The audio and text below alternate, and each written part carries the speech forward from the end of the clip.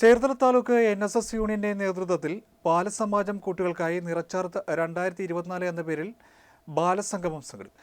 Cherthala taluk NSS യൂണിയന്റെ ആഭിമുഖ്യത്തിൽ 78 കരയോഗങ്ങളിലെയും ബാലസമാജം കുട്ടികൾക്കായാണ് നിറച്ചാർത്ത് 2024 എന്ന പേരിൽ ബാലസംഗമം സംഘടിപ്പിച്ചത്. സമ്മേളനം ഡയറക്ടർ ബോർഡ് അംഗവും യൂണിയൻ പ്രസിഡന്റുമായ പ്രൊഫസർ ഇലഞ്ഞിയിൽ രാധാകൃഷ്ണൻ ഉദ്ഘാടനം ചെയ്തു.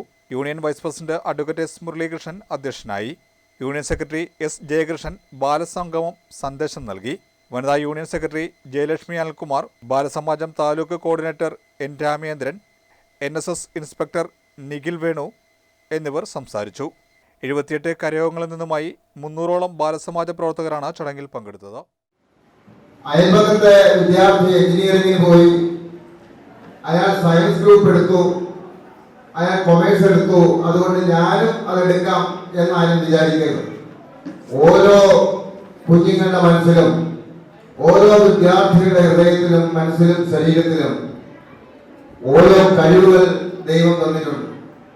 ആ കഴിവുകൾ എന്താണെന്ന് കണ്ടെത്തുകയും അത് പരിപോഷിക്കുന്നതിനുള്ള പരിപാടികൾ ആസൂത്രണം ചെയ്യുകയാണ് വേണ്ടത്. ഇപ്പൊ ഞാൻ ഉദാഹരണം പറയാം. യേശുദാസ് എത്രയോ കാലമായി ജനഹൃദയങ്ങളിൽ തലമുറകളായി നമ്മൾ കേൾക്കുന്ന പാട്ടാണ് യേശുദാസിന്റെ. അദ്ദേഹം പഠിക്കുന്ന കാലഘട്ടത്തിൽ വളരെയധികം പ്രയാസപ്പെട്ടയാളാണ്. പഠിക്കാൻ കഴിവില്ലായിരുന്നു. സംഗീതത്തിനൊന്നും അത് അത്ര കണ്ട പ്രാധാന്യം നൽകാതെ ഒരു കാലഘട്ടം. എങ്കിലും എല്ലാ പ്രയാസങ്ങളെയും അതിജീവിച്ചുകൊണ്ട് അദ്ദേഹം സംഗീതം പഠിക്കുകയും പ്രമുഖനായ നമുക്കൊക്കെ എന്നും മനസ്സിൽ തങ്ങി നിൽക്കുന്ന പാട്ടുകൾ നൽകിയ ഒരു ഗായകനായി മാറുകയും ചെയ്തു.